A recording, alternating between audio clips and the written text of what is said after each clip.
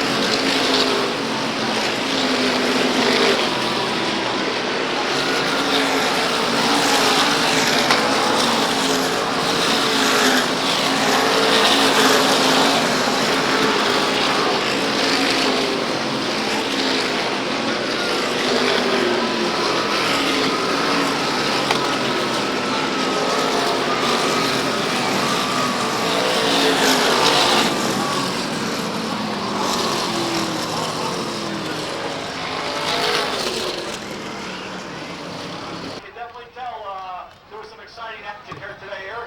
You tried everything to get around that number 3 car. Take us through it. Well, it's pretty funny. When the situations are turned around, they're usually on the radio yelling at you to pick a lane. But I guess that doesn't happen for him. So I guess he's showing for everybody here around cheering. So it was a great race, though. We had to go and pitch a couple times. We had a real fast car, but who knows what we would have had for Ronnie at the end if we could have gotten down a lane. Yeah, you certainly had a strong race car. You got caught up in one of those altercations, but you certainly brought this Northman Auto Parts Pontiac back up and what a way to cap off the 2001 season with a 3rd place finish. Yeah, I got to thank the guys, Ricky and Billy, my whole crew. It's one hell of a car they got under me. Everything was rocket ships since we got it off the truck, and it just got better and better. Okay, that's Eric Byrne. He caps off the 2001 season. Special presentation being made by the USS Charter Pod with some hats and some special things. And then really quick, we're going to ask you, what are you presenting once again to these riders? It's a hat, and 3rd place is 4 tickets to the Joey Maria's comedy wedding at the Charter Pod, and congratulations. Hey, Eric Byrne will be picking up one of those, as will all the company drivers here this afternoon in all the division. Well, your 2001 SK Modified Champion and 3-time SK Modified Champion, Dennis Gator, once again, your car shows you the champions are great. Talk to us about you and Eric, the slice and dicing going on. The car really went the heck at the end of the race there after we had the pitch, but it was decent on the bottom, and I gave Eric the top. He just didn't have the car to go there, that's all. So we ended up taking a pretty happy with that. Let's talk about your 2001 very quickly about the championship. 3 times, we talked about it at the pit party. You gotta be excited. Yeah, you know, it's cool to be up there with the nice big done and did it 4 times back in the 70s, you know. It's a great feeling, and it's a really credit to the crew. They do a fabulous job preparing the car, and Taji Dynamics, Larry Donaldson, Head Insurance, Big A Auto Parts, North Manford, John Volpe, you're the man. Terry Wine, I can't thank all these guys enough. It's been a great year. Looking forward to next year. That's Dennis Gator, your 2001 SK Modified Champion. He finishes off the season with a 2nd place finish. But ladies and gentlemen, that's holding the checkered flag, the driver of the car number 6, the Pats Auto Center. AP Marquardt, machine car number 6 for Ryan Ulas Jr. Ryan, come right up here. We're going to try to push things as long as we can here. Come on, talk to us about your win here. I'll tell you, you were involved in one of the earlier altercations. The right rear tire had some smoke coming from it, but your crew got that taken care of, got you back up, and you got this car back to the front in a hurry. Yeah, the guys did an awesome job again. I mean, my hat's off to them guys. If it wasn't for them, I couldn't be doing this. And yeah, I mean, everybody just kind of piled up over there, 1 and 2. I thought we had the car stopped, and everybody behind you, they can't see that. They just kind of piled in. Then me and John got together there coming out of 4. We were running hard side by side, and we're bouncing off each other. And we got lucky. A yellow came out right as that happened, and we crossed the line still in 2nd and got our spot back. Well, you finished out last season with a win here at the Waterford Speedbowl, and this is your 3rd win in the 2001 season. What a way to cap off the 2001 season. The winter going to be a little bit, it'll be pretty easy on you. Yeah, it makes it a lot easier going into the winter, and everybody's got a good attitude about coming back next year. And hopefully we're going to go up to Thompson next week with our other car, and hopefully we can pull it off up there.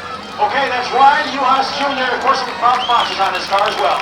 Yeah, I couldn't do without those guys too. AP Marquardt been behind us since day 1. Richie and Kevin and Little Rich, those guys are awesome.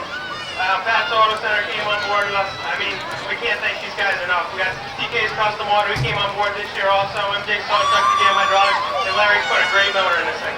Ron Ulas Jr. caps off the 2001 season with a win. It's his 3rd here at the Waterford Speedbowl. Certainly a great season for him. Coming up next, it will be the mini stock division as things finish up here in Victory Lane. And we want to congratulate Ron Ulas Jr. It is Darren Hackney.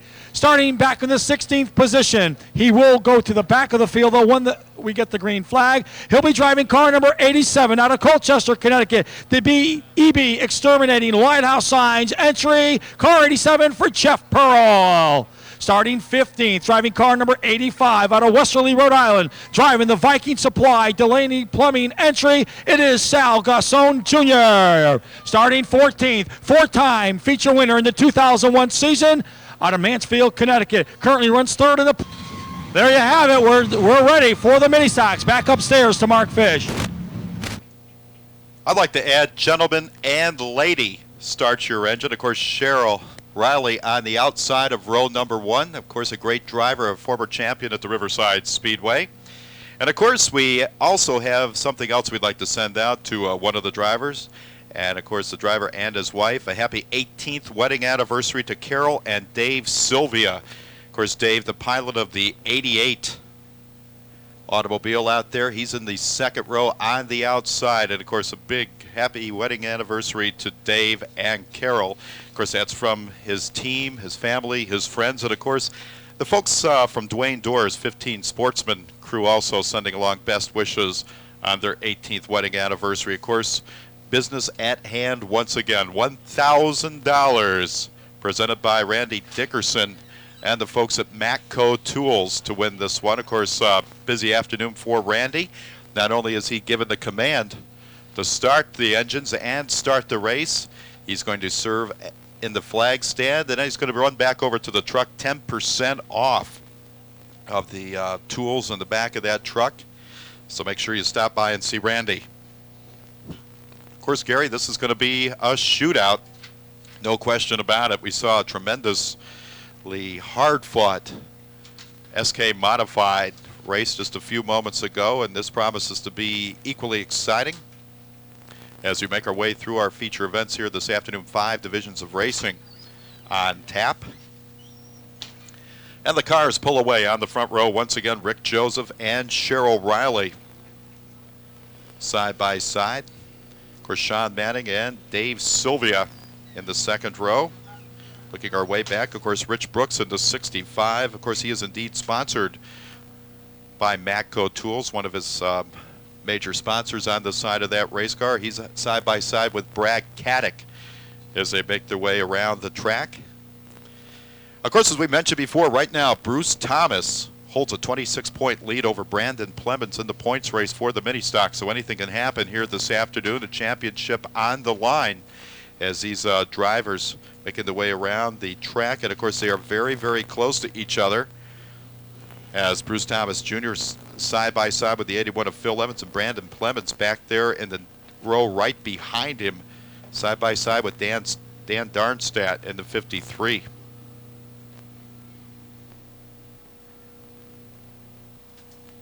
Of course, Dan, coming out a little bit late, has moved back to the back of the field. Once again, ladies and gentlemen, the safety crew out there in the front straightaway, they will indeed give the thumbs up to the drivers as they pass by on the speedway. And I talked to a lot of the drivers earlier today at the pit party, and they were all looking forward. Of course, 50 laps of scheduled distance, but the winner will pick up $1,000. Of course, it's a shootout, and it's quite an extended distance for the mini stocks out here. Gives them a chance to show what they can do. Quite a showcase for one of the most exciting divisions here week in and week out at the Waterford Speedbowl. Of course, they had a chance to run twice a week with their Wild and Wacky Wednesday events here at the Speedbowl. So, great group of drivers, and as Randy was mentioning with Matco Tools, that's why he's very, very interested in helping to perpetuate this racing division here. This is the grassroots level of racing. A lot of these guys putting a lot on the line each and every time. And once again, we want to give them the send-off as well. So everybody from turn number 1, come on, let's wave something, a hat, anything, checkered flag, wave something, all the way from turn number 1 all the way down to turn number 4. Come on, get right up out of your seat, wave something as they make their way off of turn number 4, and give them the big send-off as they are set for 50 laps of scheduled distance here this afternoon in the Matco Tools 50-lap main event. Of course, Randy Dickerson, glad to have him on board with us, and of course, he's showing the field the clenched green, and he'll be throwing the green flag here this afternoon. So not only was he the Grand Marshal to give the command, he's also going to get to throw the green flag as well. Yeah, he's a busy guy. Yes, he is. And then he'll be busy over at his truck as well. Oh, we hope so. That's for sure. So if you need tools, stop by and talk to Randy Dickerson, the authorized distributor of Matco Tools, located at 47 Gay Hill Road in Uncasville, Connecticut. We are just about set. 50 laps of scheduled distance as Randy stares the field down And he's a lefty, too. Green flag is up in the air, and we are underway. Take an eye out with that thing. I'll tell you what, he's been watching, and I'll tell you what, he did a great job. Yes, he did. Certainly did a great job. Off turn number 2, down the back straightaway. It is Rick Josephs out of Westerly, Rhode Island with car number 29 showing away. Cheryl Riley runs in second, but now trouble already. Up between turns 3 and 4. A couple of cars, about 4 cars have come together. Everybody pulling away under their own power, but the one car that has a lot. Assistant starter here at the Speedbowl knows what he's talking about. So we're letting him go right now, getting everybody in line. Coming up next, it will be the NEMA midgets. They are all set for 25 laps. And if you've never seen the NEMA midgets here at Waterford Speedbowl, they certainly put on a great show. And for a real treat. They really get a chance to shine on a speedway Sure. like this, just like the Pro 4s did. They put on a tremendous show yesterday, as did the NEMA midgets. I remember when the NEMA midgets used to come to Riverside Park Speedway, and of course that was a quarter-mile oval, but it had a lot of banking to it. And I'll tell you, to see the NEMA midgets there, that was something. Even when the Legend cars ran over at Riverside, it was always a sponsor on some of the cars as well.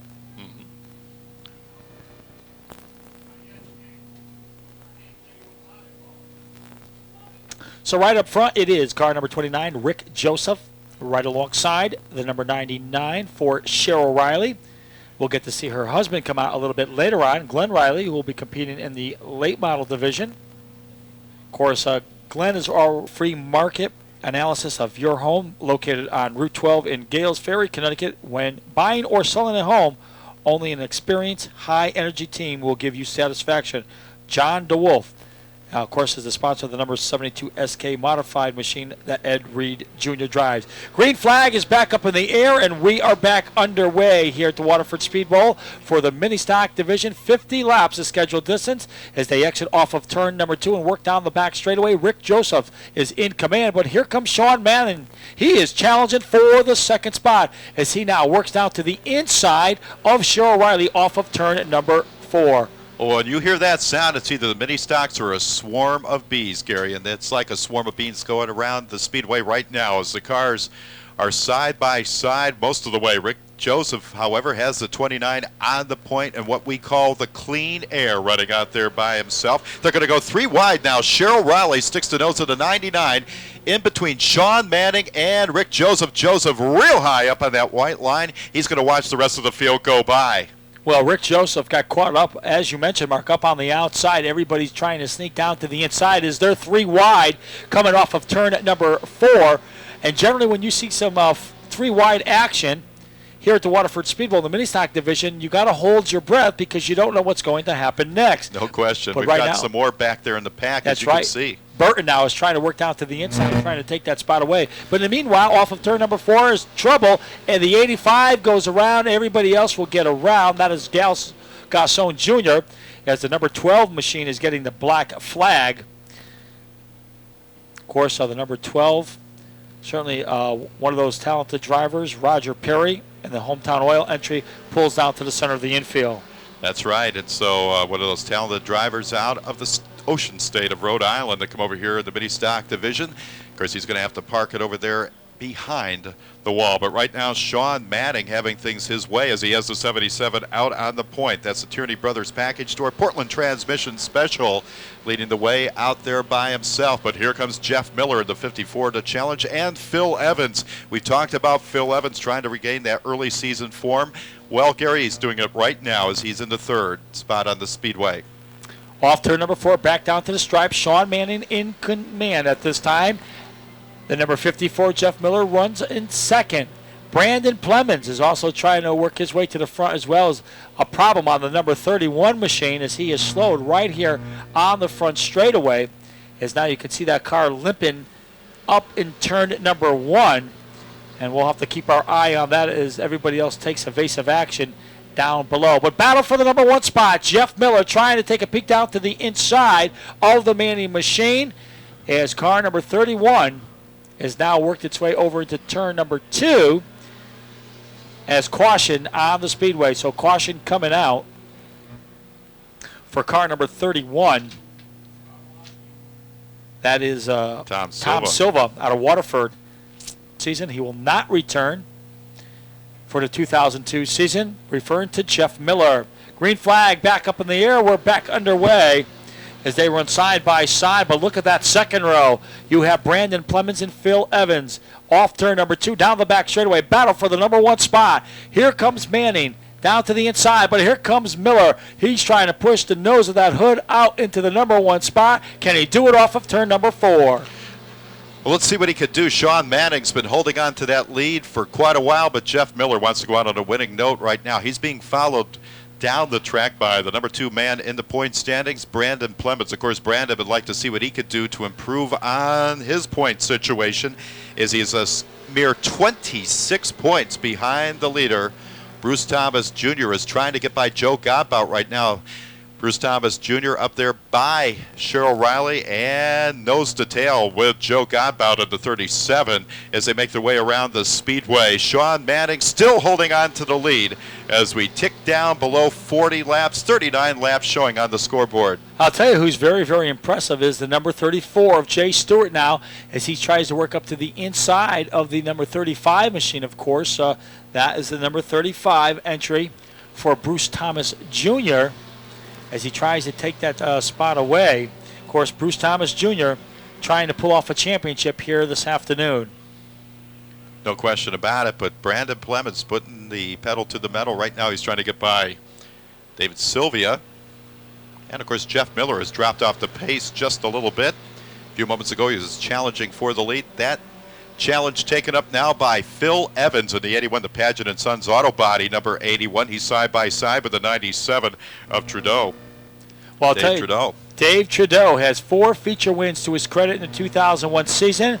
He wants to end the season with a win, as now he tries to work down to the inside of the Manning machine as he runs side by side off turn number 2 and down the back straightaway. Trudeau to the inside, Manning up to the outside. Phil Evans, who currently runs third, can't believe his eyes as he watches that battle unfold. But now Evans now is going to try to dive it right down to the inside of the Manning machine, side by side as they exit off turn number 2. Of course, Dave Trudeau, though, slashed third in the point standings out there as he is stretching the lead a little bit with the 97 coming over the start-finish line right now. Sean Manning holds on to the second spot. Phil Evans in the third spot. We go back to the 5 spot and see that Brandon Plemons is battling it out right now with Dave Sylvia in the 88. So that's your top 5 on the speedway right now as they make their way down the straightaway, clicking off yet another lap as we head down the laps from 50. Some good side-by-side action wherever you look, especially right for about the 10th spot. Got some good action happening there. But up front, car number 97, Dave Trudeau, shows the way as we have a problem. Cheryl Riley is off of the pace, and you can see her car has come to a halt right there in turn number 3 as we are under caution. A while, but as the last few weeks, he's looked very, very strong in that 81, so keep an eye on Phil Evans. 32 laps remain in this mini stock event sponsored by Madco Tools, as the green flag is back up in the wind and we are back underway as Dave Trudeau and Sean Manning will show the way down into turn number 1.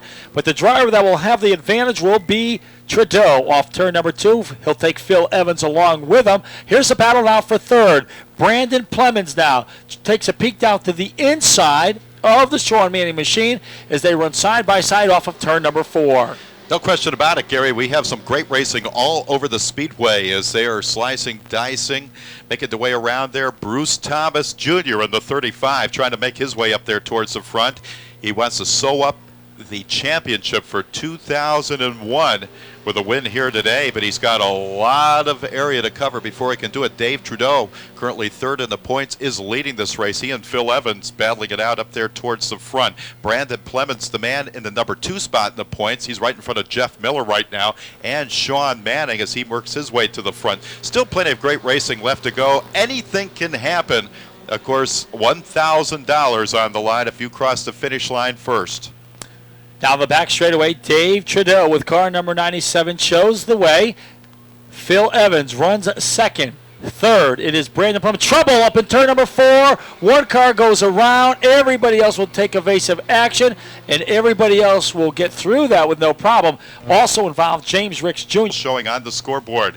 The Chevrolet Monte Carlo Supersport, provided by the folks at Bob Valenti Auto Mall, heads for cover as they're side-by-side coming back to the restart line out of turn number 4. Looking him over is Hank Scarpa, shaking his head on this restart. We'll have to see what happens out there as Jimmy Ricks goes in there 3 wide, bouncing his way through there. The old bull in the china closet strategy out there, spinning his automobile all the way around. Looks like he's going to keep it headed in the right direction, but a lot farther back than he was when the green flag flew. So a very aggressive move out there. Didn't pay off for the number 36. Down the back straightaway, Dave Trudeau is in command of this one. Phil Evans is right there, not letting Trudeau get out of his side. Jeff Miller runs in the 3rd position. Brandon Clemens is 4th. Here comes Sean Manning and Bruce Thomas Jr. as they fight for about the 5th position as they work between turns 1 and 2. Further on back, Richard Brooks now trying to work his way up to the front. He's in a battle with the number 34 of Jake Stewart. Of course, that is a car normally driven by Bruce Thomas Sr., of course, under suspension here at the Waterford Speedbowl, so not behind the wheel of that car.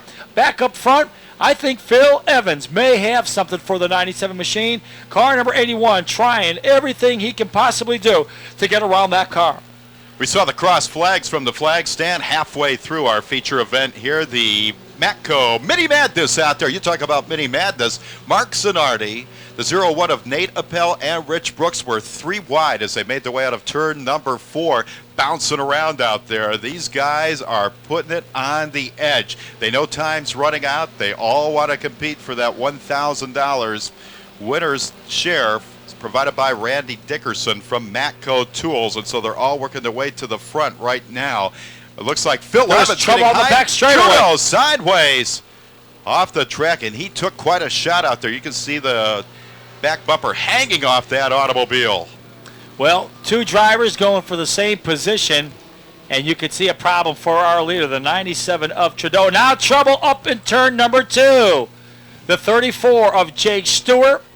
Trouble is a couple cars. Actually, one car spins, and we're still green. And we are still racing. Roger Perry in the number 12 getting a ride out there. You could see that one coming. They were 3 wide there momentarily, and Roger paid the price for it. As once again the field spreading out there as a lot of these drivers who we've seen climb to the top of the points are climbing to the front of the field. Phil Evans out there, Jeff Miller, and then our points leader, Bruce Thomas Jr., and the man who's second in points in the lineup, that's Brandon Clemens. I'll tell you, Dave Trudeau with car number 97, he's trying to work his way up to the front, and I'll tell you, he's doing it in a hurry. If he gets a couple of breaks, he could be right back up in the thick of things. I don't think he went down any laps, but don't hold me to that.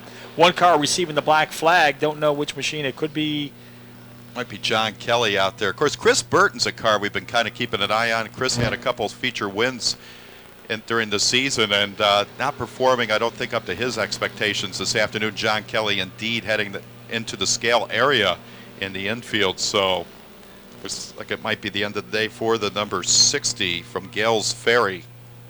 Well, Meanwhile, right now, Phil Evans is showing the way. Currently running in second, it's Jeff Miller. Then it's Bruce Thomas Jr., Brandon Clemens. Good battle for 5th. Sean Manning and Dan Darnstedt as they run side by side. Also in that mix as well is Richard Brooks. And here comes Jay Stewart now. He's challenging up to the outside. That's for about the 9th position. No question about it. A good race going on all the way through the field. Of course, Phil Evans in danger checking out on the rest of the field. You can see the separation between he and Jeff Miller has increased dramatically out there as he's trying to put a exclamation point on his 2001 season. Of course, great battles going out to the back. Rich Brooks, we could see with a 65 making his way towards the front. He and Sean Manning, the young man who led most of the early part of our feature event here this afternoon, is now watching Rich Trouble, Brooks big trouble off turn number 2 as 3 cars have come together. Everybody else will try to get through that, and it looks like they will. Phil Evans. Proudly we hailed at the twilight's last broad stripes and bright stars. Through the perilous fights, o'er the ramparts we watched, were so gallantly streaming, and the rocket's red glare, the bombs bursting in air, gave proof through the night that our flag was still there. Oh, say does that star-spangled banner yet wave o'er the land of the free and the home of the brave.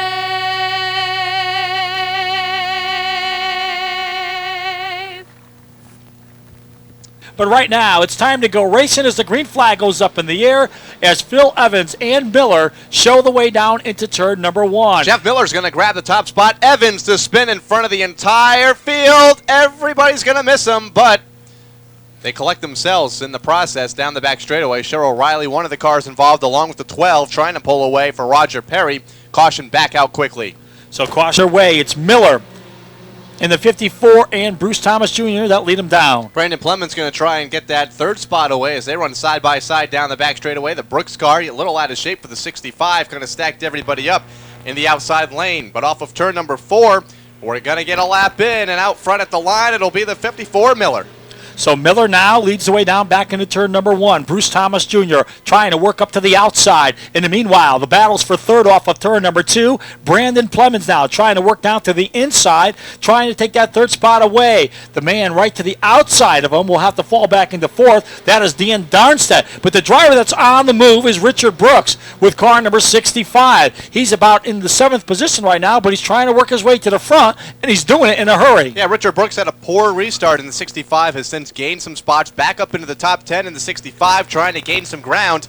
Back off turn 4 and a battle for the race lead, heading for turn number 1 to 35, looking to the inside of Thomas of the 54 Miller. Couldn't make it stick, and now the battle for third, back on off turn 2. And meanwhile, that battle for third continues down in turn number 3. Brandon Plemons, who currently runs second in the point standings, is trying to work up to the outside of Dan Darnstedt, as now he will try to take that spot away in turn number 2 as he's been working that outside groove. The inside groove belongs to Darnstedt as they work off of turn number 2 down the back straightaway. Darnstedt to the inside, Plemons to the outside, off of turn number 4, and the battle for third and fourth. Crossing the line, 10 laps to run, with Miller continuing to show the way down into the corner. Bruce Thomas Jr. in second, Darnstedt in third, Plemons in fourth. And round out the top 5, car number 77 of Sean Manning down the backstretch. And meanwhile, battle for 9th, Dave Trudeau with car number 97, also trying to work his way to the front as he'll work to the outside of car number 18, which is driven by, of course, that is Danny Field out of Deep River, Connecticut.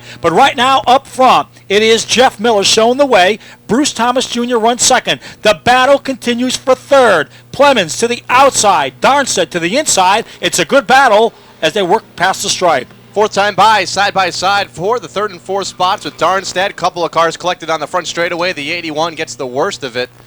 Caution comes back out quickly. That's Phil Evans spinning like a top on the front straightaway. 29 takes evasive action for Rick Joseph. Caution out with 8 to go. So you can see Phil Evans is up in the air, and here's Kyle with the call. And it's down into turn number 1 with the 54 grabbing the top spot for Jeff Miller. As Bruce Thomas Jr. gets stuck up on the outside with the 53 of Darnstedt, diving low. In the battle for that second spot with the 67 right there in fourth for Brandon Plemons. The battle for fifth as well with Manning. Trying to take the spot away to the inside, but to the outside it's the 34. Back to turn number 1 for Jay Stewart. And meanwhile, further on back, Richard Brooks having a strong run with car number 65 as Dave Trudeau will work up to the outside of the Brooks machine. In the meanwhile, off turn number 4, back down to the stripe, it is Jeff Miller. Dan Darnstedt runs second. Now a battle for third between the point leader and the gentleman who runs second in the point standings. Plemons and Bruce Thomas Jr. A spin right here on the front straightaway is Sean Manning. We'll get that machine back going, heading in the right direction, and we stay green. Off turn number 4 down to the stripe. We got a good battle for third.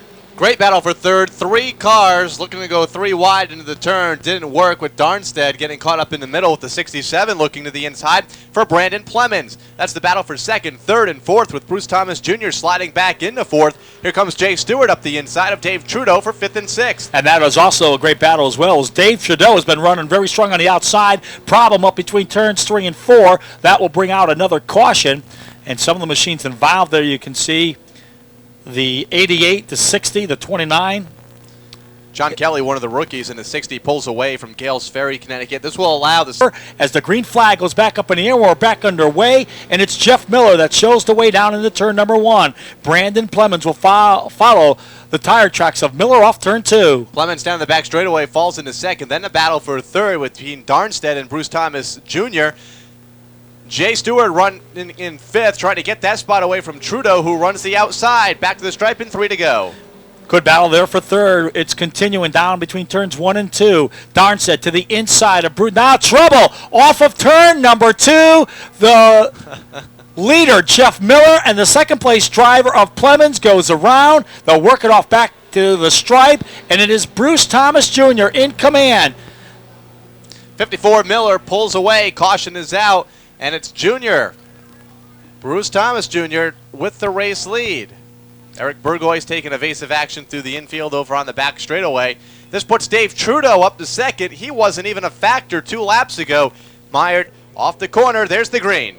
So as the green goes back up in the air, we're back underway as they set sail for turn number 1. Bruce Thomas Jr. down to the inside. Here comes Trudeau up to the outside. That's where that machine runs very, very strong, on the outside. And right now he's trying to take that number 1 position away from Bruce Thomas Jr. The white flag is in the air, this time by for the final time. They'll work between turns 1 and 2. Who will pull off the victory for the final time in 2001 as they work off turn 2 down the back straightaway? Will Bruce Thomas Jr., will he take down the win and the championship? Right now, it looks like he's going to do just that. Green flag, a white checker flag is in the air, and it is Bruce Thomas Jr. in for the victory. Dave Trudeau a strong second, and how about Dan Darnstead? He comes home for third. Darnstead will be the final podium finisher as Bruce Thomas Jr. taking down the race win by less than a half a car length over 5 laps to the midgets. Green flag is up in the air and we're underway. It looks like the outside lane will be the lane that will move off turn number 2. Already some slicing and dicing going on down the back straightaway. Everybody's shuffling the deck and trying to get in the line off of turn number 4, but it's car number 4 jumping out front, getting the early advantage and leading lap number 1 to make their way down the back straightaway for Kevin Weeks, the rookie. Great battle from about 5th on back as everybody's stacked up 2 wide down to the stripe. And meanwhile, Drew Fenora with car number 54, he's trying to work his way up to the front. He's certainly one of the veteran driver when it comes to the NEMA midgets, and he knows how to get the job done, especially here at the Waterford Speedbowl. In the meanwhile, off turn number 4, back down to the stripe, it is car number 4 for Kevin Weeks. The Smith Sled Shop entry shows the way. And meanwhile, the number 21 machine sits there in the second spot. That is Barry Kittredge. Kittredge grabs the top spot. Black flag being shown to one driver. It's a 25, slow to the inside. He'll pull it to the infield. He's going to call it a day here early, just 4 laps into this NEMA midget feature. 25 laps of distance off of turn number 4. It's Kittredge back down to the line. Carpenter having a fall in a second. A 23 is up to third for Gary Sherman, another one of those rookies. One of the most beautiful cars on the speedway right now. Car number 47. That is the entry driven by Tim Bertrand out of Watertown, Mass. And certainly he's trying to work his way to the front as well. But right now, speaking of the front, car number 21. Right now, Barry Kittredge out of Marlboro, Mass. The Precision Auto Body entry. Whoa, trouble! In turn number 4, as one car ricocheted off the Armco barrier. There's another car sitting up there as well, as we are under a red flag situation. That was second place. Kevin Weeks got the car airborne momentarily. Did a couple of snap spins. He is moving in the car. Red back up in the air, we're back underway. As car number 21, Kittredge, will show the way off of turn 2. Kittredge leads them down the back straightaway as the field singles out down the backstretch. Into turn number 3, he's opening it up a couple of car lengths. as they make their way back down to the line. Car number 23 running in that second spot. Back down to the corner. It's the red entry driven by Gary Sherman. Also working their way up is car number 12 for Mark Wafos out of Hopdog, New Jersey. And also on the move is car number 9. That is Bob Seymour out of Marlboro, Mass. Now he'll try to work past the third place machine as they run side by side off turn 4. Comes Randy Cabral up to third, and car number 35 takes a spot away as car number 9 slides back into that 4th spot for Bobby Seymour. Seymour in 4th, and here comes Cabral trying to get the 2nd spot away now off of turn number 4. Give it to Cabral at the line in car number 35. Back down into turn number 2. Kittredge, though, continues to pull away a half a straightaway over Cabral, who has that 2nd slot. Leads a good group of 3 cars. Everyone single file and settling in the line. Also having a strong run is car number 2. That is Howard Bumpus out of Lakeville, Mass. in the Luxina Trucking entry.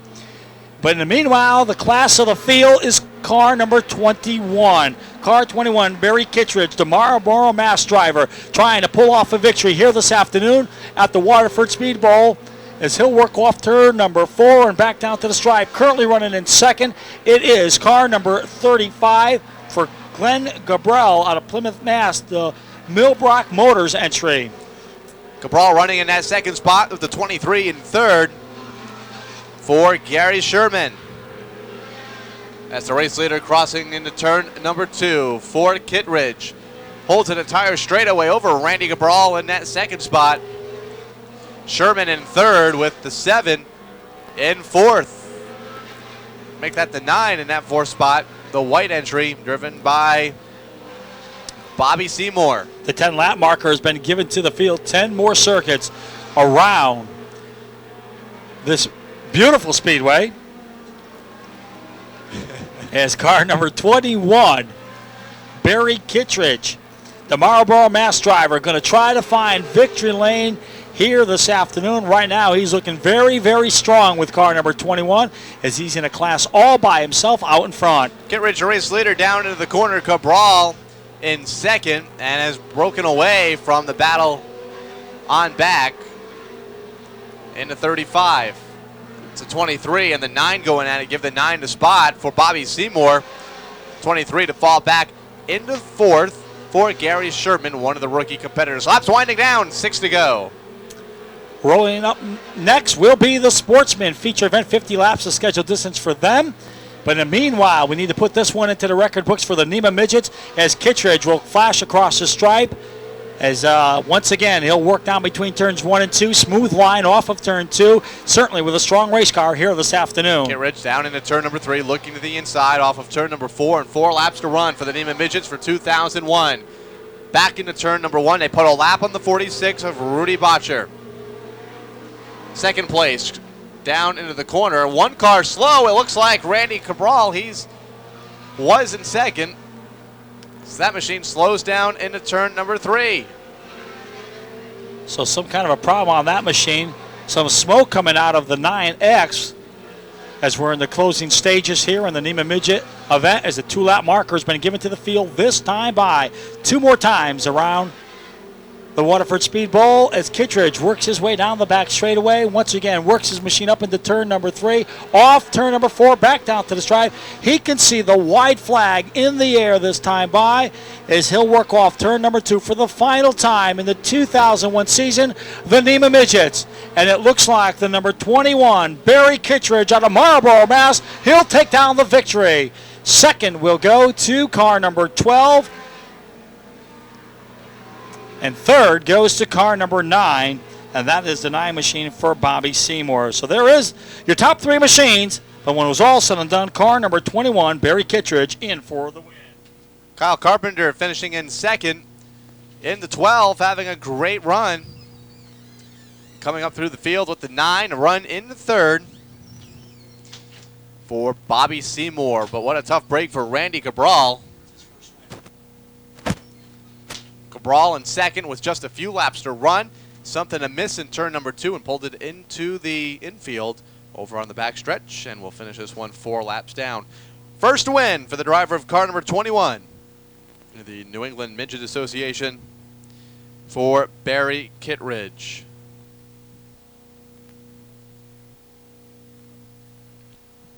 course, NEMA Midget's going to be part of the 2002 card of competition here at the Waterford Speedbowl, schedule being released earlier this week. Northeast Midget Association always puts on a great show. Kent Ridge taking down the race win. He'll climb out of the car. Gary Danko will be down there to have a word with them. Our second feature event of the afternoon in the books. Sportsman, 50-lap feature. They're on deck and ready to go over in the pit area. And the late models will compete in their 100-lap season finale. But first, we have to go to Victory Lane. Business to be taken care of with Gary Danko. Gary? Well, thank you, Kyle. As we wait to talk to our winner in the NEMA Midget, as Barry Kittredge, he'll come right over here as he proudly got the checkered flag in his hand. Certainly, it was a great run for him here this afternoon. Of course, his first victory ever, and what a way to cap off the 2000 season, or 2001 season, I should say. But I'll tell you, the Precision Auto Body entry was certainly flying today. It was a great car. I just want to thank Waterford Speedway and U.S. Charter Pot. They put on a great show here over the weekend.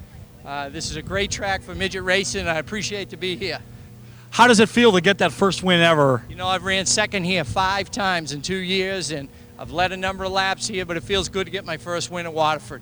And once you got out in front, there was nobody that was going to touch you. Oh, no, the car was good. I need to thank Autocraft Engines and Mike Seymour and Seymour Enterprises and Precision Auto Body did a great job, and my crew for standing behind me. We had a great year. And what a way to go through the winter knowing that you capped off the season with a win. That's right. That's great. We came down here. We had a good car 2 weeks ago when it rained, and a good starting spot, and the car was great all day. I'll tell you, right behind you, Kevin Weeks was running second, and then he ricocheted off the Armco barrier. Of course, you didn't get to see that. Of course, those drivers are okay. But Kevin Weeks is certainly a strong competitor. Kevin's very strong. I raced with Kevin at mini sprints at Whip City, and I've dueled him a number of times in the dirt, and I'm glad he's with NEMA right now, and it was good. I had to pass Kevin, but I knew it'd be tough all day. Okay, Barry Kittredge picks up his first ever win here at the Waterford Speedbowl. Certainly we want to congratulate him as the USS Charter Pod will be making their presentation to him. Waterford Speedbowl, happy birthday going out to you. But right now it's time to call the racing action on the speedway as the green flag goes up in the air. Mollinson shows the way down into turn number 1. Perry's going to fall into second down the back straightaway. Top 2 single file. The battle is for third. One car out of shape. John Dittman going to stack everybody up down the back straightaway. And is he going to save it? He does. Everybody takes offensive action. One down, and it's the 39 of Mollison leading the first lap. So right now, Jason Mollinson shows the way off of turn number 2. But meanwhile, further on back, John Puglisi's trying to work his way up to the front, as is the number 78 of Chris Birdsall. Diego Monahan is also in that mix as well.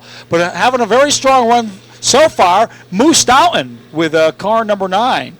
Moose Stoughton runs in 4th just ahead of Procaccini, who started deep in the field. He started 8th. He's up into the top 5, trying to grab another spot down the back straightaway as they work to the outside of Jess Gleason in car number 81. Slow to the inside lane. Lap 3 complete with Mollison out front as the field crosses the line. Everyone in the front 3 anyway, single file. Jess Gleason gets a little out of shape in turn number 2, allowing Procaccini to the outside, grabbing the 4th spot. So some good side-by-side action here in our Sportsman feature event with Mollinson showing the way. Currently running in second, it's the 36 of Roger Perry, the hometown oil entry. Meanwhile, in third, it is car number 9 for Moose Stoughton. Everybody singling out. Norman Root a little off the pace over in turn 2, got booted up the track, lost 3 spots in the process and broke his momentum, will fall outside of the top 15. Front 4, single file, make it the top 5 as the 16 jumps in the line for Walt Hovey. He's going to try and reel in the top 4. Also the 4 coming up through for Mark LaJoy. He and Hovey go at it for 5th and 6th out on the speedway as everybody shuffles the deck off of turn number 4 from about 7th on back. A lot of great side-by-side racing. Chris Birdsall's in the mix along with Monahan. Diego Monahan, that is, in car number 3. And the 53, who has slid back just a bit, started up toward the front. That is Mike Finkley off of turn 4 down to complete lap number 7. Well, I'll tell you, the gentleman that's in 4th right now, it is Procaccini. And right now, he has certainly a strong race car number 79, working his way to the front, and he's doing it in a hurry. Right in front of him, he's got a good side-by-side battle going on between Moose Stoughton and the 9. Well, no longer a battle there, but there was a battle between the 36 of Perry and the 9 of Downton. Right now they have separated themselves, and meanwhile Procaccini's on his way to the front. He's in third right now. Roger Perry started on the outside of the front row, slid back 2 spots, moving Downton up into second and third, belonging to Procaccini, who has probably been the heart charger of the race so far in car number 79. Started in 8th, is now up to 3rd, and is reeling in Moose Downton for the 2nd spot. They race down the back straightaway, front 4 broken away from Walt Hovey, who runs in 5th. Off turn number 4, back down to the stripe. Jason Mollinson shows the way. Moose Downton runs 2nd. Procaccini is 3rd, then Roger Perry in 4th. Further on back, great battle shaping up there for 5th. Right now, the 16 of Walt Hovey has that spot occupied at this time, but the man that's moving in is car number 4. That is the 4 of Mark LaJoy, and the LaJoy's Auto Parts for Doors Auto Body entries. They work off turn 4. LaJoy trying to get that spot back down to the stripe to the inside of Walt Hovey. That's a battle for 5th and 6th with Monahan in the wings in 7th. The 83, Ed Gertz, trying to make his way up into that battle as well, looking to the outside lane down into turn number 3, but falls back in the line. Off turn number 4, they're nose to tail. The next battle on the speedways for about the 15th position, and that's between the 43 of Puglisi and the 81 of Gleason. Gleason trying to work up to the outside. Puglisi now puts left side rubber right down on the white line as they'll work off turn number 2. And then meanwhile, back up front as they work off turn number 4, it's our leader, Jason Mollinson. But right now, Moose Downton's got something to say about that as he'll take car number 9. He'll position that machine down to the inside off of turn 2. That one slides it to the inside of Mollison, who has led every lap to date. Can he lead when he hit the stripe to complete lap number 14? We'll see.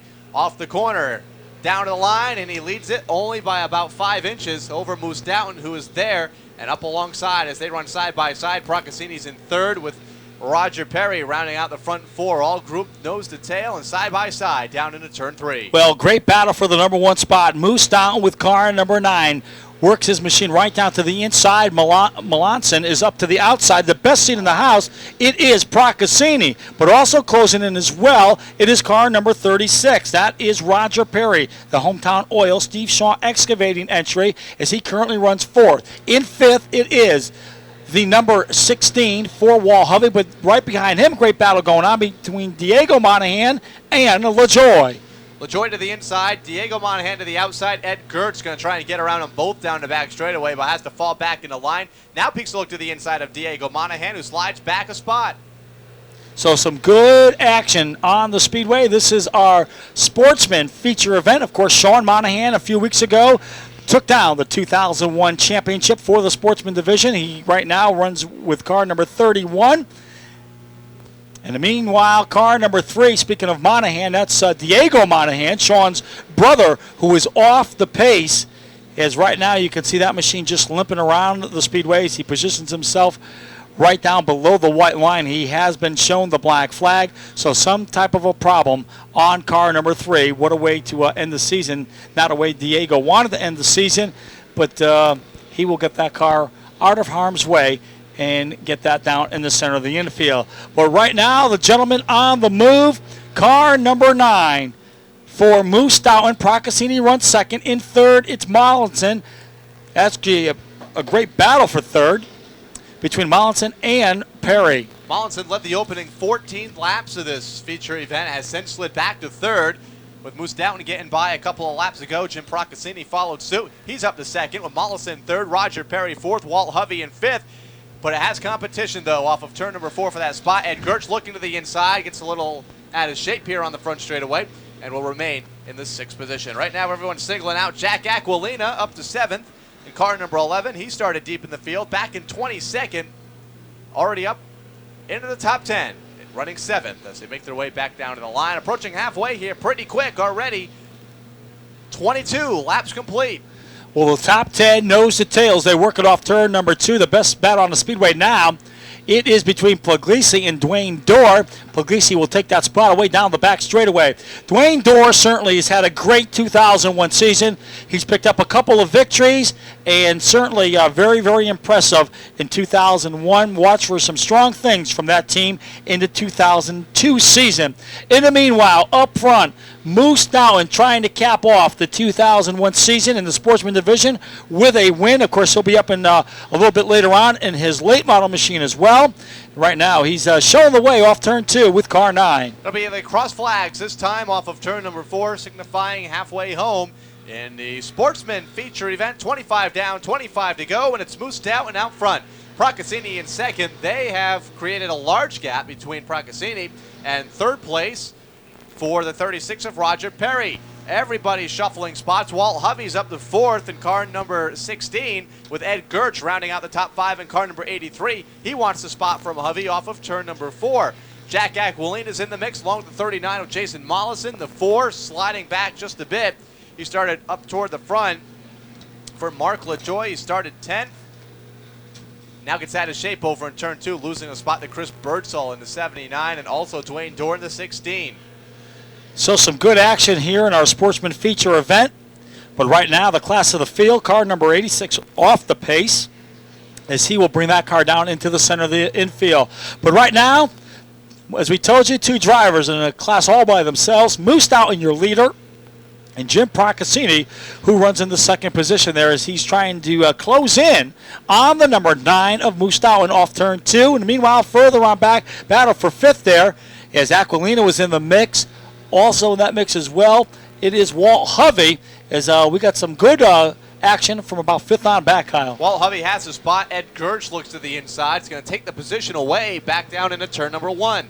Jack Aquilina looking on. He's just outside of the top 5, sitting in the 7th spot. One car spins over in turn number 2, does a complete 360, kicks up a lot of smoke. Everybody keeps rolling, though. It's a 74 to spin out for Joe Mancini Jr. over in turn number 2. No caution, although it kind of shuffles everybody just a bit from about 10th on back. So some good side-by-side action from 10th on back. One car, a lot of smoke coming from that machine. That is the Procaccini machine. Spin over in turn number 2. Going to collect Greg Massaro's. Caution is out. So caution on the speedway for a problem in turn number 2. 2 machines getting collected up there. Massaros is one of them with car number 13. There's another machine there as well. Field over. The green flag is back up in the air, and we are back underway as they set sail down into turn number 1. They get between turns 1 and 2, no problem. In the meanwhile, from about 7th on back, we got some great action shaping up there. Dave Zemke with car number 17 takes a peek down to the inside of the Jason Mollison machine. Also watching that unfold in front of him is car number 80. But meanwhile, back up front, Moose Doughton is your leader. Roger Perry runs second, but here comes a battle for the 3rd position, and it's a good one as they exit off of turn number 4. The number 83, that is the 83 of Gersh. Trouble front straightaway. 7 spins. Backs it into the wall. Single car incident. Will keep on rolling for Pete Brockett Jr. The race leaders are off of turn number 4. Gertz slides into 3rd. Aquilina up high. Here comes Smith to the inside. And we are still green, and it's Moose Doughton in command. Now the battle shapes up for 2nd. Ed Gersh Jr. slips out to the inside of the Perry machine as he'll take that spot away. Roger Perry now sits in the 3rd spot. Great run this afternoon for Adam Smith with car number 95. Right now he's in a battle with the 11 of Jack Aquilina. But watching that battle right behind the Adam Smith, Jack Aquilina battle, it is Chris Birdsall with car number 78. One car off the pace. It looks like Joe Mancini worked up between turns 1 and 2. Don't know if he touched the Armco barrier, but some kind of a problem on car 74. Gonna pull it down to the inside and actually go behind the wall to the inside on the back straightaway for Mancini. No caution. Leaders are back down into turn number 3. Moose Doughton up front. Ed Gertz is hot on his heels off of turn number 4. Moose Doughton, early race leader, runs in 3rd, with 4th being Jack Aquilina. Rounding out the front 5, it's Adam Smith. Good battle for 6th and 7th with the caution out. Walt Hovey tagging the wall a ton over turn number 4. Also, car spinning to the infields. Caution out for the 2nd time. 14 laps remaining. A heavy incident for Walt Hovey up in turn number 4. With the race leader continuing to Sportsman cars off turn 4. Back underway with Moose Doughton jumping out front. Roger Perry trying to grab the 2nd spot away from Ed Gertz. He's going to outrun him down into turn number 1. Perry falls into 3rd. Here comes Jack Aquilina up the high side. He's going to fall in the 4th. Caution is out. False restart there for Moose Doughton. We'll try it again. So once again, we'll try it all over again as they come back down to the line. You can see Hank Scarpa showing and pointing telling him that he starts the race. I think he's got his point across. Yes, he did.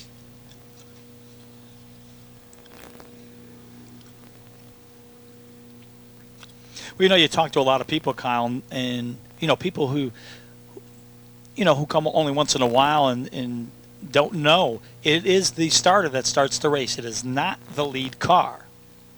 Well, in some divisions, the lead car, once the lead car accelerates, the green flag waves. Not in short track racing here at Waterford. Starter waves the green flag.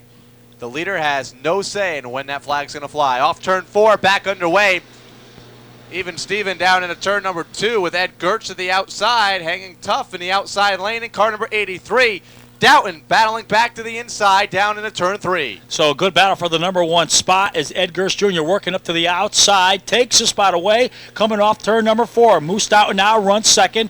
Roger Perry runs third. Good battle now for fourth. Adam Smith in that mix, along with the 11 of Jack Aquilina. Top 5 machines will exit off of turn number 2. In the meanwhile, further on back, LaJoy is also trying to work his way up to the front as well. LaJoy trying to make his way to the front of the field after an incident a few laps ago in car number 4. Meyer deep in traffic with Greg Massaros in the 13. Jack Aquilina and Roger Perry in a good battle for third and fourth. Moose Doughton slips a bit off of turn number 2, allowing Gertz to pull away by a couple of car lengths. 12 to go off turn 4. Further on back, a good battle for about the 11th position as Chuck Rogers now tries to work to the inside of car number 80, trying to take that spot away. But in the meanwhile, up front, Ed Gertz Jr. shows the way with car number 83. Moose Doughton runs second. Now the battle's for third. Perry down to the inside, Aquilini up to the outside as they battle for that third spot. Adam Smith looks on in fourth. Jack Aquilina has waited long enough. He wants the third spot away from Roger Perry, and he wants it now. Down the back straightaway. Gets up alongside, down the back stretch with Adam Smith falling into fifth off of turn number 4 and just 10 laps to run in 2001 for the Sportsman. Well, Ed Gertz Jr. sat in victory lane on September the 22nd. He wants to end the 2001 season with a victory, and right now he's in fine form as he'll work off of turn number 4. Moose Doughton is second. Now the battle still for third as Aquilini to the outside. Roger Perry was down to the inside. Aquilini will take that spot away, moving Perry back to the 4th spot. Now Adam Smith moves into 5th. Then Dave Zemke there in 6th. Chris Birdsall 7th. Now a battle for 8th between Dwayne Dorr and the number 83 machine, or actually that's the 33 machine of course, Chuck Rogers, known as Uncle Buck. Dwayne Dorr's going to grab that spot away from Rogers, shuffling him outside of the top 10. Back at the front, it's Ed Gertz. One car spins over in turn number 2. It might be Punt, and it is Jimmy Punt and the 61. They're still wrecking each other down the back straightaway. The 90 also involved for John Dietman. Jimmy Punt's car's going to stop. Jim Procaccini back out onto the track in the 79. Going extremely slow over in turn number 3. Caution out for the 3rd time with 7 to go. So caution on the speedway for a problem that took place in turn number 2. He's looking for him. And right now he can't find the driver. I think it might be the 90 over on the back straightaway. Well, that's what I thought. That's what I thought it was too. So right now, victory in 7 laps. Green flag, we're back underway, and Ed Gertz leads them down into the corner. So Gertz shows the way down into turn number 1. Moose Doughton hanging tough up on the outside. He may have something for him, but no, he'll have to fall back in line. And meanwhile, Moose Doughton, who runs in second, he's got to be concerned with the 11 of Jack Aquilina now as they exit off of turn number 4. Aquilina looking to Doughton's inside. He's going to slam the door as they head down into turn number 1. Aquilina falls into 3rd. Smith is up to 4th. And here comes Dwayne Dorr. He's up into the top 5. Roger Perry caught in the outside lane in the 36, has slipped to 6th. Maybe 7th. Zemke's to his inside. So Zemke now trying to work to the inside of the number 36 machine. Now Moose Doughton slipped up the hill there just a little bit, and that was the opening that Jack Aquilina was looking for. Aquilina now will take the 2nd spot away. Moose Doughton now runs 3rd, but here comes Adam Smith now trying to work his entry down to the inside. That's the best battle on the speedway for 3rd. Further on back, great battle now for about the 9th position is Chuck Rogers now works to the inside of Ted Dupree off turn number 2. Adam Smith has come from deep in the field, is now up into the top 3, and is hunting down the 11 of Jack Aquilina as Ed Gertz pulls away in the 83. He's the race leader by 2 car lengths. Aquilina in second, Smith in third. Fourth is Dwayne Dorr. He's just got by Moose Dowden, who has slid to fifth. So some type of a problem. Trouble back straightaway. 3 cars involved, and Norman Root gets the worst of it in car number 80. So Root's car comes to rest up against the Armco barrier, and that will bring the caution out. Ted Dupree will pull away. A lot of right front damage onto his car, including a flat. We'll have to visit pit road, no doubt, before returning to green flag competition. As Norman... Afternoon, as the green flag goes back up in the air, Ed Gersh Jr. shows the way trouble on the start. As Roger Perry goes sliding down in the center of the infield. As they work off turn number 2, Aquilina made a bid for the number 1 spot, thought better of it. He'll tuck it back in line. In the meanwhile, off of turn number 4 and back down to the stripe. This could get ugly as the 36 sitting stranded. White flag is out. A late flag as the race leaders are in turn number 2. Down the back straightaway for the final time. Ed Gersh, the race leader. Aquilina in second. Looking to the inside, but it's going to be Gersh off 4. Down to the stripe, picking up the victory. Ed Gersh Jr. caps off the 2001 season with a win in the Sportsman division. Jack Aquilina comes home for second. Third was car number 95 for Adam Smith. So tough break for the driver of car number 36. Roger Perry, race leader early, fell back and then was collected in an incident on the last restart with 2 laps to go. Having a few words and exiting the speedway is Roger Perry. Moose Dowden apparently missing the entrance to the pit area, and will have to take an additional lap. Jack Aquilina, runner-up finisher, makes his way to the front straightaway. Had a strong car, started deep in the field. Made his way up to second. Adam Smith in the 95. Finishing in third, the Able Rigging and Transfer entry.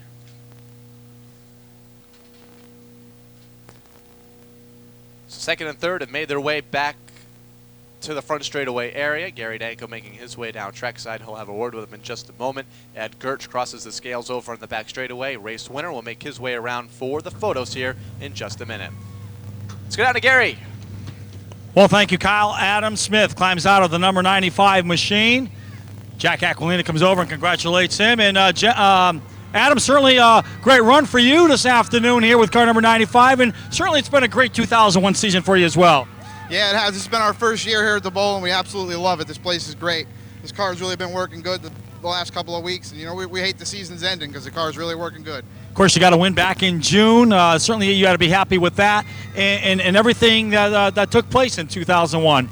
Yeah, everything's just been great. The win's been excellent, and I couldn't do it without any of these great sponsors. I got Able Rigging and Transfer, Production Equipment, Aronson Service Center, Tiny's Auto Body, GCR Specialties gives me awesome power. I got to thank all of them. Okay, Adam Smith caps off the season with a third-place finish here this afternoon. Of course, the great folks from USS Charter Pot will be making their presentations down there. We'll get in here. We'll talk with Jack Aquilina, who finished second. And, Jack, I'll tell you, you got to be happy with everything that took place here in 2001 for your team. Yeah, I think we captured a top 5 in points tonight. We started deep in the field, 22nd, and I guess second's good enough, you know. And I'll tell you, you really worked this machine up to the front. Yeah, we're wheeling her. Yeah, so we're happy. We're happy with second. Okay, Jack Aquilina with car number 11. He finishes second here this afternoon. But when the checkered flag flew, only one car could come to victory lane. And this afternoon, his second win in the 2001 season, Ed Gersh Jr., the driver of car number 83, as Renee clicks off the photos down here. Of course, he got a win back on September the 22nd. And he caps off the 2001 season here October the 27th with a victory. Photos still being taken down here. Representative from the USS Charter Pot down here making a presentation. Of course, they got some special things. The top 3 drivers in all the divisions. As Ed, come on right over here and talk to us about your victory here this afternoon. Certainly he had a great car. He had to work to the inside. He had to work to the outside, but he got the machine up front. He probably puts those arms up in the air, and certainly let's talk about today's event. It was a lot of fun, boy. We came here primarily this year to have fun, and the crew worked really hard, and we won a couple weeks back there, and we took the following Saturday off. We didn't want to. We knew we had a fast car, and we didn't want to really chance balling it up the last Saturday night race. So we figured we'd take a couple of weeks, cross our T's and dot our I's, and here we are again. How about some of that competition that was behind you? You had some great competitors there trying to take a shot at you. I mean, I didn't get to see much of what was going on behind me, but I tell you what, that Moose Dowling, he's tough. And when you beat a guy like him, or even go by a guy like Moose Dowling, you've done something right. Oh, yeah, without a doubt. You've definitely done your homework, and you're a force to be reckoned with. Well, we'll see you back here in 2002. Absolutely, and I got to thank some sponsors. First of all, I got to thank the Chowder Pot. They're awesome. I said I got to thank Matco Tools. I got Dave Crow's attorney at law on the trunk. I got Big A Auto Parts for a sponsor. And what other country than America can you come and do this? Okay, how about that? Ed Gerst Jr. caps off the 2001 season with a victory here this afternoon. Well, coming up next will be the late model division, as they are all set to run 100 laps as we're just about set for the late models. Green flag is up in the air, and we are underway as they set sail for turn number 1. Rob Fletcher's going to jump out front over in turn number 2. Louis Belisle not giving up the outside lane. Now will fall into line with Pajeski in third, with the 6 running in fourth. Coming up the inside, that's Larry Goss trying to get the spot from Ernie Bertrand as they complete lap 1. Lap number 1 goes to Rob Fletcher, but now caution on the speedway. Jeff Carnes over in turn number 2 gets the outside wall, bringing out caution at the completion of lap number 1. So a tough start to this one for Jeff Carnes. Had problems on the warm-up. Green flag goes back up in the air as they'll set sail down into turn number 1. Rob Fletcher to the inside, Louis Belisle to the outside, but here comes Sean Pajeski with car number 31. He's trying to work his way down to the inside of the Belisle machine. Stars and Stripes to the outside, but here comes Pajeski to the inside. Pajeski's going to have to fall back in behind Belisle, who holds off the second spot. Pajeski in third, but here comes Goss up the outside. He's going to grab the third spot away from Pajeski down in turn number 3 as race leader Rob Fletcher going to try and check out on the rest of the field. In the meanwhile, big trouble up in turn number 3. A brief fire onto one of the cars. Caution is out. Same spot, Calamity Corner up in turn number 3 here. Doesn't matter what you drive, whether it be a midget, a mini stock, or a late model. As the green flag is back up in the air, we're back underway. It's Rob Fletcher that will show the way down into turn number 1. But here comes Louis Belisle, proudly displaying those stars and stripes to the outside. But here comes Larry Goss.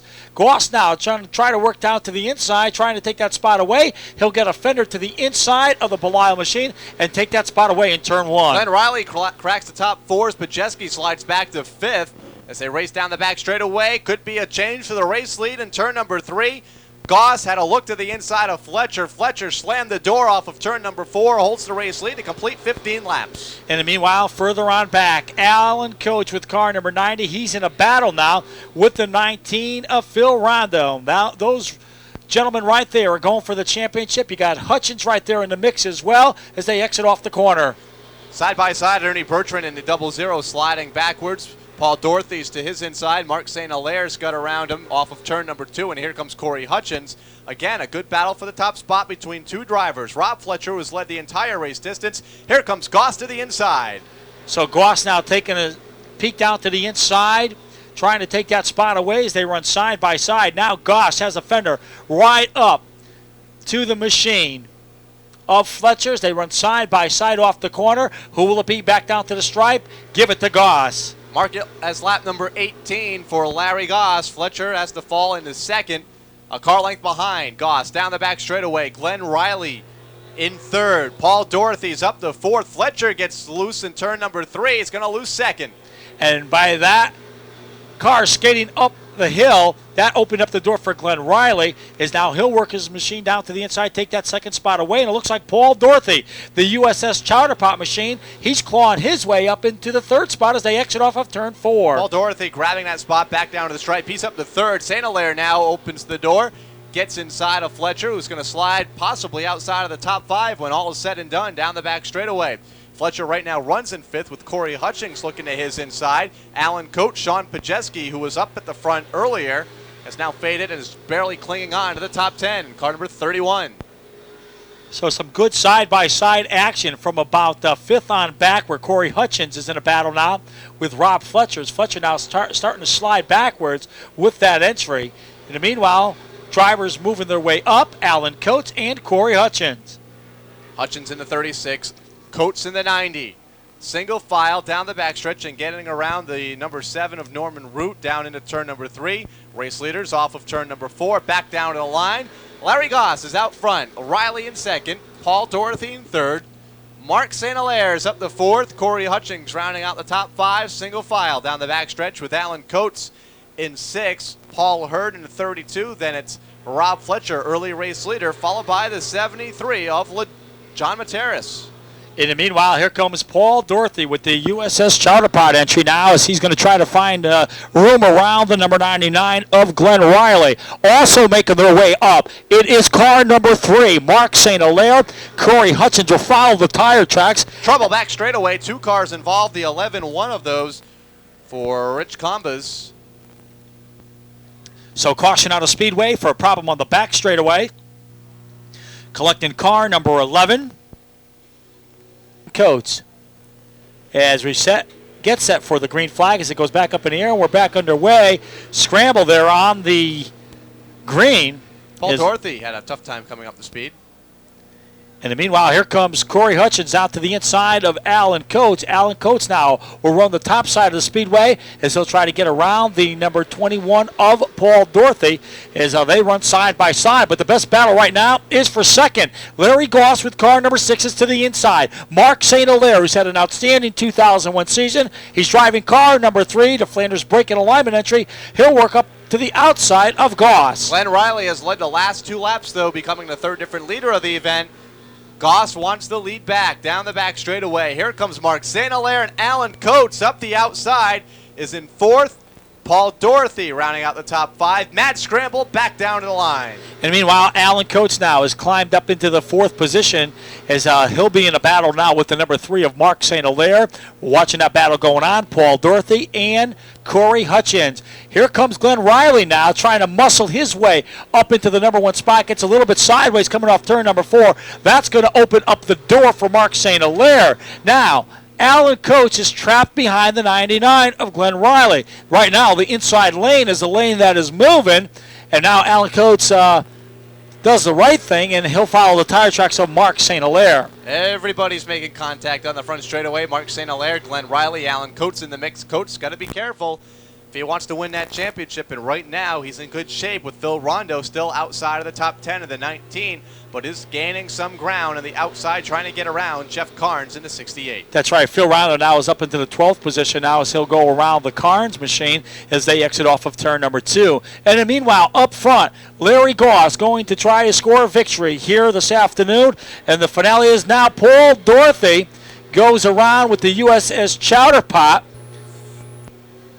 Off turn number 4, the machine slid around. Don't know if he had any help there. He's got the car refired. Caution is out. Not going to beat him back to the line, though, and will go a lap down. So Larry Goss leads them back down to the line as Paul Dorothy spins to bring out the caution. The USS Chowder Pot number 21 car. 3rd caution of the event with 61 laps to go. Is back up in the air. Drag race down into turn number 1 between Larry Goss and Alan Coates. Coates up to the top side. Goss down to the inside. Paul Hurd. Yeah, Hurd goes around. Everybody will take evasive action. Everybody will get through that. And halfway home, last time by, caution is out.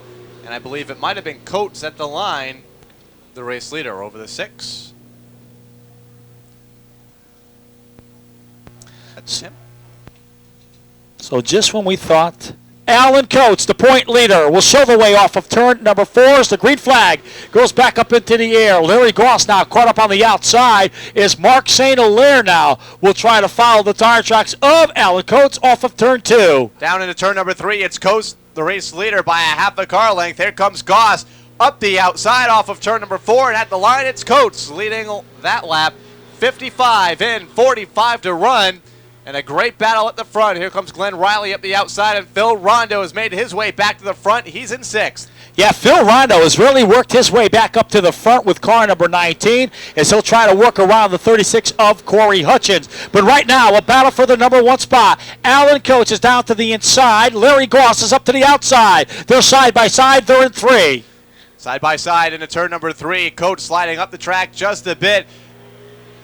Larry Goss not breaking his momentum in the outside lane. Sparks fly at the front of the field as they make their way off of turn number 2. Still side by side. Mark St. Hilaire runs in the 3rd spot. Corey Hutchins in 4th. Now there's a battle for 5th. Tommy Fox now is working to the inside of the Glenn Riley machine as they run side by side. And watching that battle going on, it's Phil Rondo. Rob Fletcher's in that mix as well, as is the 68 of Carnes and Pajeski. Pajeski down the back straightaway trying to gain some ground to the outside of Rob Fletcher. Off of the corner, Jeff Carnes. Here comes Pajeski to the inside. A split Rob Fletcher in turn number 3. Rondo gaining a spot, trying to get another one on Glenn Riley. Jeff Carnes coming back up through the field, like Gary mentioned, in car number 68 as the top 4 single file off of turn number 4 with 40 laps to run. Back down to the stripe. Larry Goss is in command. Alan Coates runs 2nd. Mark St. Hilaire is 3rd. Corey Hutchins is 4th. Then it's Tommy Fox, Phil Rondo, Glenn Riley, Carnes, Pajeski. Then it's Fletcher, Louis Belisle, and Jack Aquilina. Your leader works Trouble back straight away. Everybody's going to stack up and in. Paul Hurd, I believe, is into the outside wall. Paul Dorothy, one of the cars involved in the 21, as is Ernie Bertrand. In the 00, crossing the line with some heavy right front damage. The tire's actually locked up on his car. And everybody's going to pull away, or try and pull away. Paul Hurd having a little bit of difficulty over at that end of the speedway.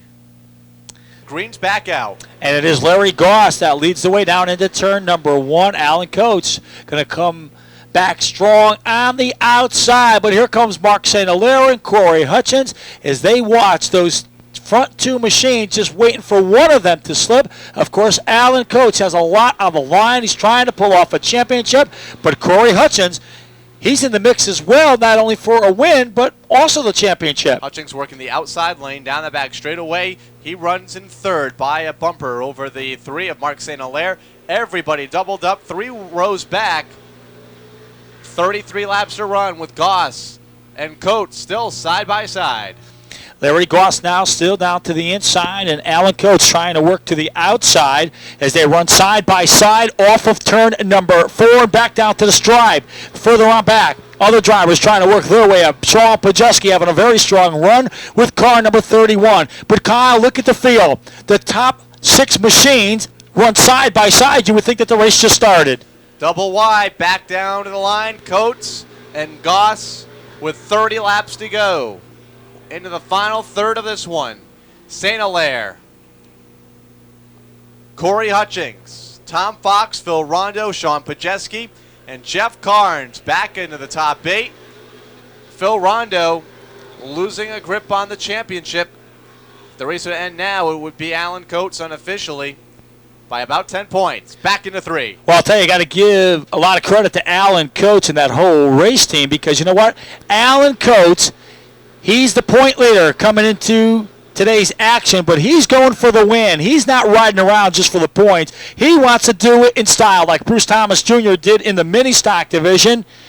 He wants to win this event, and he wants to win the championship. And right now, he's in a good battle with the number 6 of Larry Goss. Back in that second row, Mark St. Hilaire with car number 3. He's down to the inside. Corey Hutchins is up to the outside. But look who's among the top 5. Car number 73 of Tommy Fox. Tommy Fox has been quiet all afternoon. He has just worked his way into the top 5 a couple of laps ago. Phil Rondo is following him. One car a little out of shape. It's Jack Aquilina up in turn number 1. Nice save on car number 61.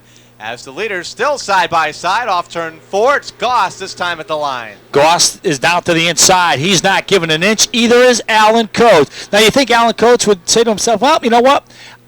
If I fall back and finish second, I'm going to win the championship. He doesn't want to do that. He wants to go out and he wants to find victory lane here this afternoon. As I'll tell you, when you're out on that outside groove, Kyle, you're in dangerous territory out there. Yeah, Coates is in trouble right now. He can't fall into second. That's the problem. I think if he could, he would. But working the outside lane, it may open the door for the 3 of Mark St. Hilaire, the 36 of Corey Hutchins, the 73 of Tommy Fox. If he gets back that far, he's in jeopardy of losing the championship because that's where you find Phil Rondo. Now he's going to try and fall into second.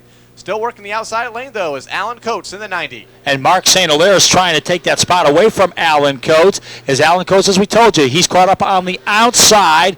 In the meanwhile, it is still Larry Goss. Alan Coates runs second, but here comes St. Hilaire. St. Hilaire now trying to take a bid for the second spot. Thought better of it. He'll fall back in line as they work off turn 4. 22 laps to go. It continues to be Larry Goss leading the field. Alan Coates slides into line in second.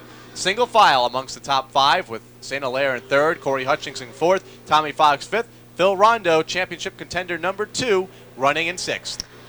Further on back, Glenn Riley, the 50 of Belial, and the 21 of Dorothy, all trying to work their way back up to the front. We believe that Paul Dorothy is down 1 lap. Of course, he spun off turn number 4 back several laps ago and did lose a lap to the leaders. Back down into turn number 1, Goss. Out front by 2 car lengths over Alan Coates, who continues to run in second. St. Hilaire third. Corey Hutchinson, Tommy Fox, the top 5. 6 is Phil Rondo, and right now not good enough to win the title. And here comes Sean Pajeski looking to his inside for 7th. Whoa, Rondo cracking the wall in the front straightaway, and will lose that spot possibly to Pajeski. Yeah, we heard that all the way up in the booth there, and I was looking around to see a car at least go spinning or do something, but Rondo, that's the type of driver he is. He knows how to handle that machine, and apparently no damage done to car number 19, but right now he's losing a lot of ground. In the meanwhile, up front, Larry Goss is going to try to pull off the victory here this afternoon at the Waterford Speedbowl. They work off turn number 4 and back down to the stripe. I say afternoon. It started in the afternoon. Right now we're in evening. Of course, the lights are on here at the Waterford Speedbowl, and right now it's all Larry Goss's caution on the speedway. 1 car up in turn number 4. That is, it appears to be the number 61 for Jack Aquilina. His car comes to rest up against the Armco barrier. It is Jack Aquilina bringing out caution. Down to the stripe. Green is out into the final few laps of this late model feature. And right now, the word that we're getting up here in the broadcast booth, with 10 laps to go, there's a problem with our scoreboard. Can Alan Coates get back up through the traffic? It's unlikely, but you never know. At the line, it's Goss. Hutchings, who may actually get second in points when all is said and done. St. Hilaire, Tommy Fox, Phil Rondo, the top 5 down the back straightaway. Here comes Coates in the 90, trying to gain ground. So Coates trying to do everything he can to get back up to the front as he'll try to get around the number 2 of Dwayne Knoll. In the meanwhile, up front, it is Larry Goss, but he's being pressured by the 36 of Corey Hutchins and the 3 of Mark St. Hilaire. St. Hilaire steps out of line. He'll try to work up to the outside, gets a little bit sideways there, and he gathers it back in as Hutchins is right there. That's the best battle for second. Rondo right now is there in the 5th position. Coates gaining another spot, getting around Fletcher, and Carnes now goes to work on Paul Hurd. Those two become entangled, slows the momentum of Coates down, and now 3 spots separate himself from Phil Rondo, although he's a straightaway behind Rondo in the 19. Trouble back straightaway. 1 car goes around, will get tagged by another machine. 5 to go, and a car sits stranded on the back straightaway. We'll see if it brings out the caution. It will, and a whole new life has just gone into Alan Coates in the 90. His prayers answered. With 5 to go, it'll be less than that when we get the restart. An incident over on the back straightaway, I believe it's the Jack Aquilina car that brought out the caution.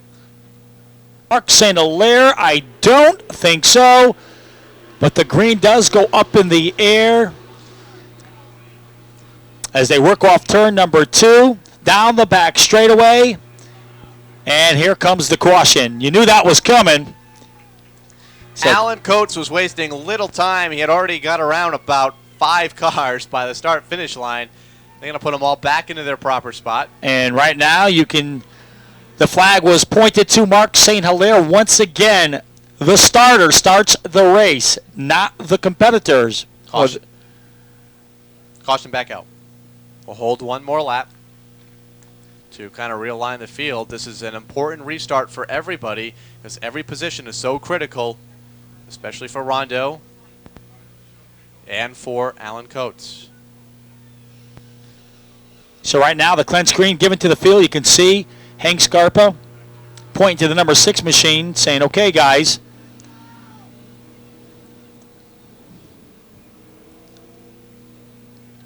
Of course, these are veteran drivers here at the Waterford Speedbowl. Larry Goss right up front. Mark St. Hilaire on the outside. Then it's Corey Hutchins with car number 36. As now the pace car will head for cover, and we'll do it all over again. Who will win the final event in the 2001 season in the late model division? Who will win the championship? Green flag is back up in the air, and we're back underway. They'll set sail down into turn number 1. Alan Coates did not get the restart he was looking for, not gaining any ground, unlike last restart. Rondo looking for the 3rd spot, down into the corner. Goss, the race leader, white flag off turn 4, and a lap to run. For the final time, they'll work down in turn number 1. Larry Goss. Trouble, big trouble at turn number 1. Tommy Fox into the wall, head on. Caution is out. Glenn Riley.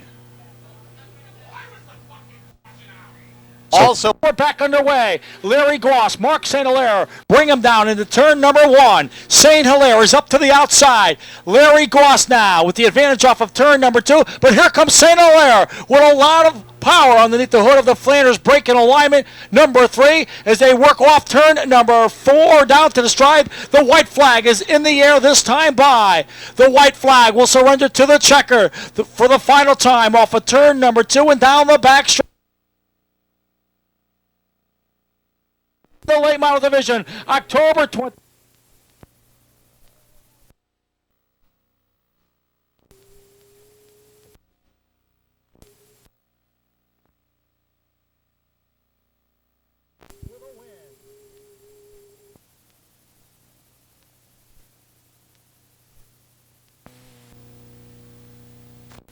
So an incredible finish now. The tabulation goes for who is the champion. Is it Phil Rondo or is it Alan Coates? They came across the line by about 4 abreast for 2nd, 3rd, 4th, 5th, and 6th. We'll get the word in a moment. Gary will have it trackside. Corey Hutchings has made his way to the victory lane area, finishing in 4th. An incredible finish to an incredible afternoon of competition to conclude the 2001 season here at the Waterford Speedbowl. Again, we'd like to thank you, the race fans, for hanging tough in some brisk October weather. We look forward to seeing you in 2002 right here at the Waterford Speedbowl. All the information during the off-season can be found at www.speedbowl.com. Larry Goss to take down the race win.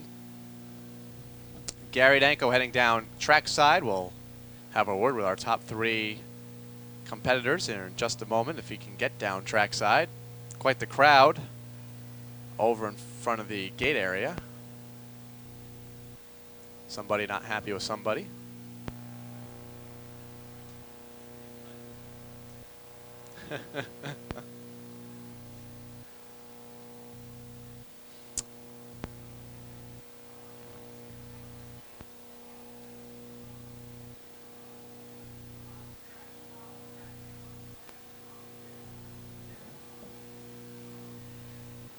Okay. Let's see.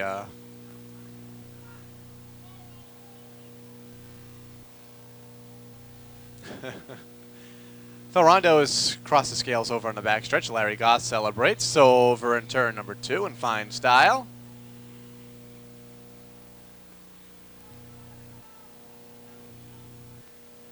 And now, who wins the championship?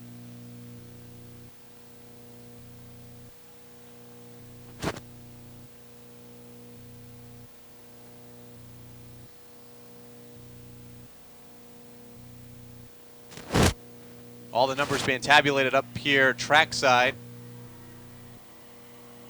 Gary's going to get the official numbers before he heads down to speak with the top 3 finishers, including Mark St. Hilaire, who finished in 2nd. Larry Goss has just entered victory lane. Corey Hutchings already down there, finished in 3rd. Final numbers being crunched. Gary heads down trackside. Larry Goss going to take an extra victory lap in the reverse direction. The Polish victory lap here at the Waterford Speedbowl. We saw the Spider-Man climb of our Ed Gertz, the Sportsman winner. Now Goss with the Polish victory lap. Gary Danko has made it down trackside. We'll have a word with all the parties that have made their way down into the victory lane area. Phil Rondo is down there in the 19. He'll have the final results of the championship. Well, thank you, Kyle, as we've worked our way down here. And the word that we got from the booth that Alan Coates is your 2001 late model champion. 2 points over Phil Rondo. We'll talk about that in just a minute. But finishing third today in today's event, Corey Hutchins, the driver of car number 36, the foreign auto parts entry. Certainly you did everything you could. You were a contender for the championship. You were third coming in. You finished third in the race. But all in all, Corey, it has been a great season for you. Yeah, it sure has. It's been a great season. You know, with USS Chowder Pot sponsoring the race today and sponsoring our race car, I mean, it's been a great season. You know, I don't know what happened there at the finish. It was real close. I got underneath Larry for the win, and I don't know. We need a photo finish there, I think. Yeah, it seems like that's been the story with some of the tracks the last month or two, a photo finish. But certainly, all in all, I know you got some great sponsors on your machine. Yeah, I sure do. I got to thank John Burnett. I mean, he gives me an awesome motor every week. I want to thank my teammates, Mark St. Hilaire, Paul Dorothy. I want to thank Warren from Warren's Graphics. All my team for sticking with me all year. They work really hard. And Foreign Auto Part, Dunkin' Donuts, and JMD Chassis. Okay, that's Corey Hutchins.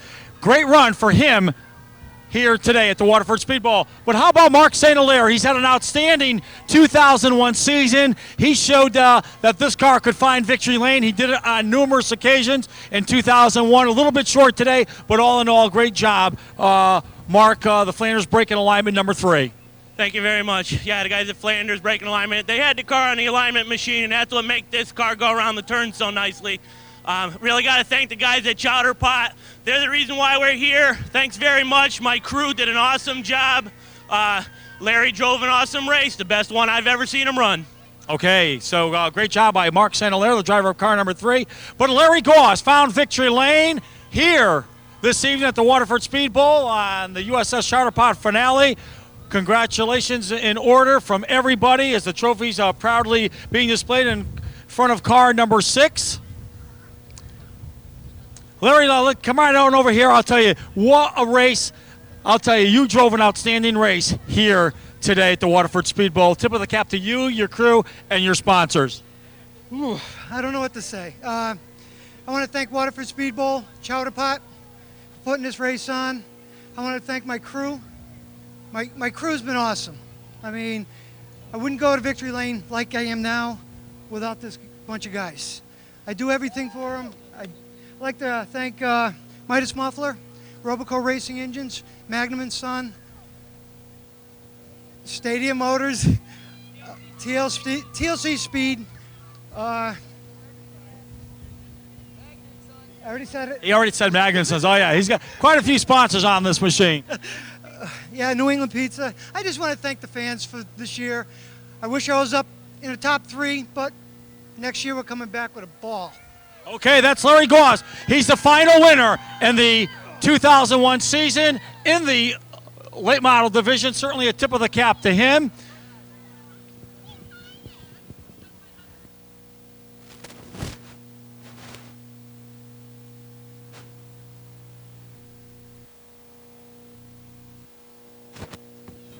And once again, before we close out the 2001 season, of course, we will be talking to our 2001 champion.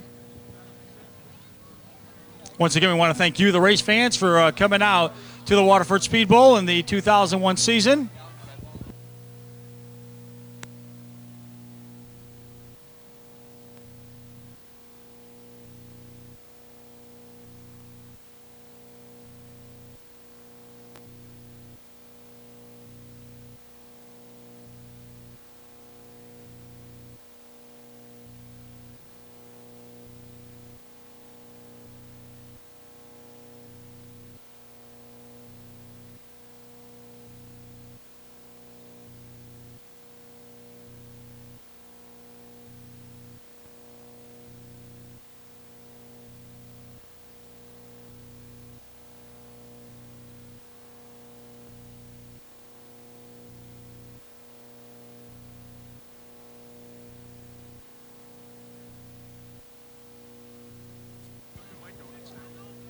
So once again, the celebration going down here for our winner.